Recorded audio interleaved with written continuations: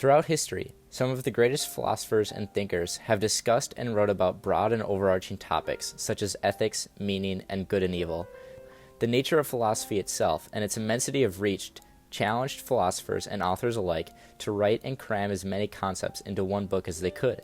Famously, one of the hardest philosophical and ethical texts to read ever, Critique on Pure Reason by Immanuel Kant, contained 856 pages. With all this ambiguity and topics crammed into one book, philosophy started to gain an unpopular reputation among common people. They thought of philosophy as only for the academics of society. However, one of the most simple topics of philosophy is of utter importance to almost all people in the world: happiness. Although people don't usually associate happiness and philosophy in general life, the subject of happiness has been studied by philosophers throughout the course of history. The philosophical history of studying happiness begins at the very beginning of Western civilization in ancient Greece, with a guy named Aristotle, a person I've covered in my previous video on virtue ethics. If you've not seen that one, be sure to check that one out. Shameless plugs aside, Aristotle thought that by developing our humanly virtues with a pinch of wealth mixed in, we would be able to reach a state of happiness that he called eudaimonia.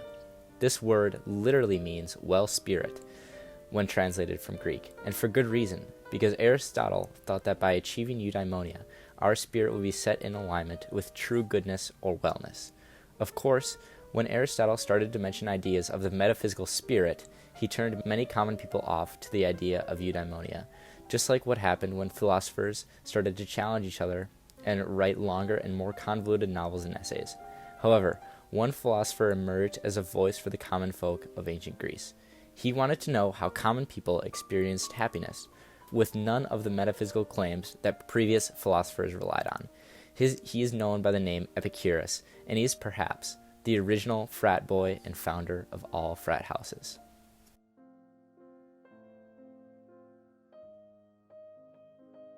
Before we get to how Epicurus founded the idea of a frat house, we first must delve into Epicurus and how he got these ideas of happiness. Firstly, Epicurus was highly influenced by Aristotle's teachings of virtue and eudaimonia, but after careful thought, Epicurus decided that happiness was far different than what Aristotle had been teaching him.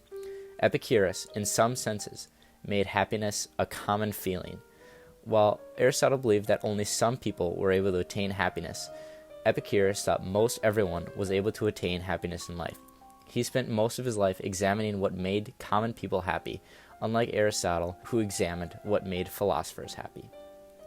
Now, Epicurus was not always thought of as a philosopher who made the idea of happiness more accessible to commoners. Epicurus, after his death, was heavily criticized by other philosophers, and especially Christian philosophers, for living like a commoner. For example, Epicurus was rumored to have the best and most extravagant parties in all of Greece, almost like a Greek Great Gatsby. Epicurus was especially criticized by the Christian church for being the philosopher who encouraged drunkards, hedonists, and gluttons.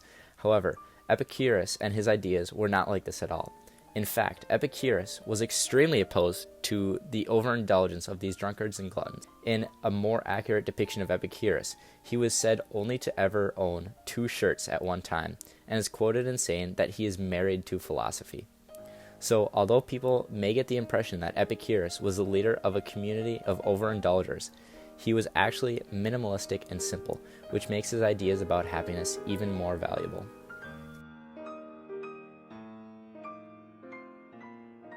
According to Epicurus, everyone could be happy.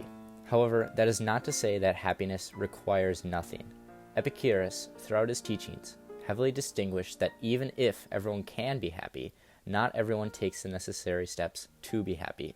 So, what does Epicurus have to say about happiness and unhappiness, and how might his ideas help us? Epicurus, throughout his lifelong study of happiness, found 3 major things that cause us the most unhappiness. Firstly, Epicurus observed that many people continued to hold on to relationships with the wrong people. Whether it be a romantic relationship or just a friendship, Epicurus looked at how miserable people were when they attributed that all their happiness would come from unhealthy relationships. Secondly, Epicurus observed that people were unhappy when they valued money and the attribution of wealth too much. Because the attribution of wealth almost always corresponds to more and more work, He observed that the consequences of more work heavily outweighed the money gained from doing the extra work. Instead, Epicurus suggested, a person should focus on work that gives them purpose and helps them feel like they are making a difference in the world. Thirdly, Epicurus found that people were most unhappy when they valued luxury and overindulgence.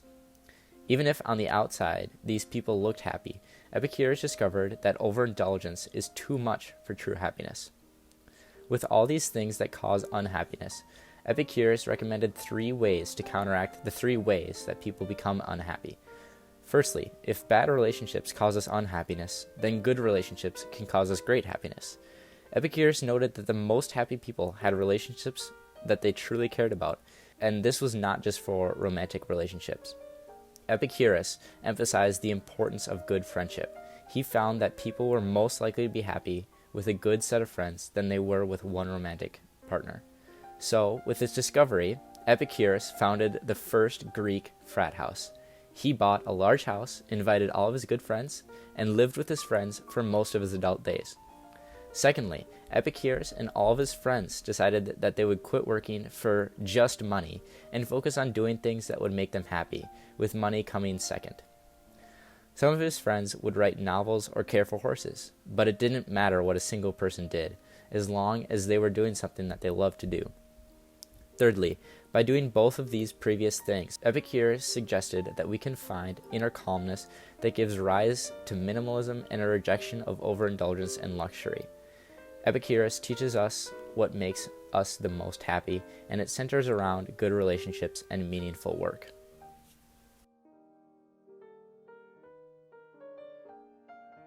When people first started to hear of how successful Epicurus was at making people happy, they wanted to try making their own community of friends to be happy as well. These communities had a reach all across the Mediterranean by the time Epicurus had died, with over 400,000 people living in them. These communes were called Epicurean societies, which gave rise to many different sorts of communities throughout world history. For example, even after Christian philosophers criticized Epicurus, they chose to copy Epicurus's ideas and make monasteries for people of faith all across Europe. Even today, Epicurean societies give rise to one of the most distinctive parts of American college culture, the frat house. Although these types of communities have a reputation of being the center of college parties on campuses, frat houses are actually just dumbed-down Epicurean societies. In fact, the reason that frat houses are named after Greek letters was because of Epicurus. With all this success on making the common people more happy, Epicurus should get more credit than he does for his theory of happiness.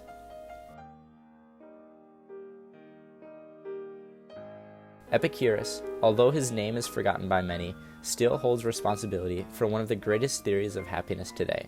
Through his observation of people throughout his life, he found that many people become unhappy because they do not take charge in their own life. To achieve greater happiness, Epicurus urges us to spend more time with our friends. Although getting a big house with all your friends is unrealistic for some people, maintaining good relationships that improve both you and the other person will bring you the most happiness. Even if other philosophical concepts such as meaning, virtue, and ethics don't interest you, the idea of achieving happiness and reaching a greater level of happiness should be on the minds of almost every human.